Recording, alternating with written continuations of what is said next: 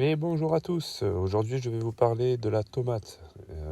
Elle appartient à la famille des Solanacées, au même titre que les pommes de terre, poivrons, piments, aubergines. Elle provient de l'Amérique latine, à l'état sauvage, dans la région du Pérou et de l'Équateur. Elle sera cultivée pour la première fois vers le Mexique par les Aztèques, qui l'appellent la tomate. Ce n'est que lors de la découverte du nouveau continent qu'elle sera importée en Europe par les Espagnols et les Portugais. Les Italiens qui vont l'utiliser et qui l'appelleront pomodoro, la pomme d'or, elle sera surtout transformée en sauce. Puis de l'Italie, elle gagne la Provence et s'étend petit à petit en France.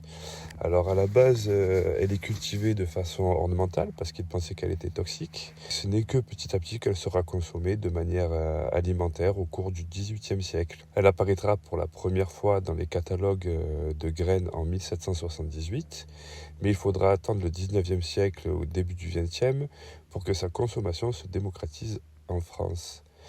Ce sont les migrants qui importent au XIXe siècle des graines de tomates aux États-Unis, ce qui va permettre au pays de devenir l'un des plus gros producteurs actuels derrière la Chine et surtout produire le ketchup.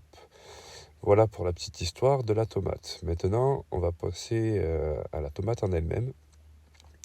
Alors, ses formes comme ses couleurs sont très variées.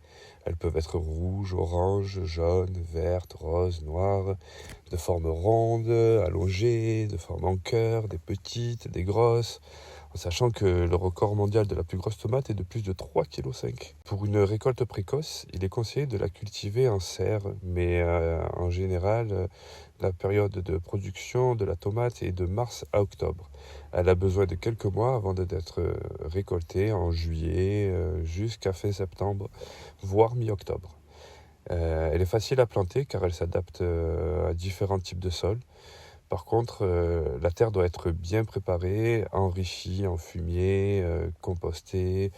Il faut noter qu'elle a besoin de potasse et de phosphore, mais pas forcément d'azote. Elle est sensible aussi à certaines maladies comme le mildiou, le cul noir ou encore la verticilliose, pardon. Donc, il est conseillé de planter à côté des capucines, du basilic, des œillets d'Inde qui auront pour action d'attirer, voire repousser les pucerons. Pour éviter d'autres insectes et parasites, il est conseillé de pratiquer une bonne rotation de culture sur le terrain. Elle aime pousser dans les zones chaudes et humides, bien évidemment, mais elle s'adapte au climat. Il est recommandé de pailler le sol autour du pied, tout ça, pour qu'elle puisse garder bien cette humidité. Pour éviter que les tiges se cassent sous le poids des fruits, il est aussi conseillé de tutorer les tiges. Je vous montre là plusieurs techniques, mais il y en a bien d'autres. Il faut préciser aussi que certains ne mettent aucun tuteur. Donc voilà. Mais écoutez, j'espère que cette vidéo vous a plu. Si c'est le cas, n'hésitez pas à mettre un pouce en l'air et laisser un petit commentaire, ça fait toujours plaisir et c'est bon pour le référencement. Allez, bonne journée à tous.